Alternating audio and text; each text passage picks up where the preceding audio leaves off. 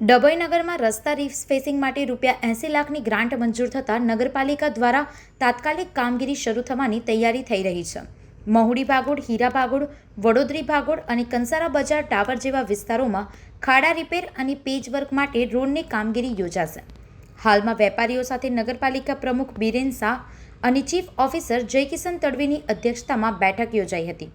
મહત્વપૂર્ણ નિર્ણય હેઠળ વરસાદ પૂરો થયા બાદ દિવાળી પછી મુખ્ય માર્ગનું આરસીસી રિફ્રેશિંગનું કામ હાથ ધરાશે. આ કામગીરીના નગરના લોકો માટે સરળ અને સુરક્ષિત આવાગમન સુરક્ષિત થશે.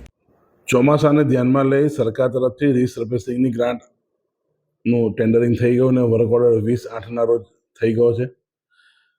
વડોદરી ભાગોળથી ટાવરનો જે રોડ વારંવાર ડામરના રોડથી રિસર્ફેસિંગ કામ થયું હતું 3-4 વાર અત્યાર સુધીમાં.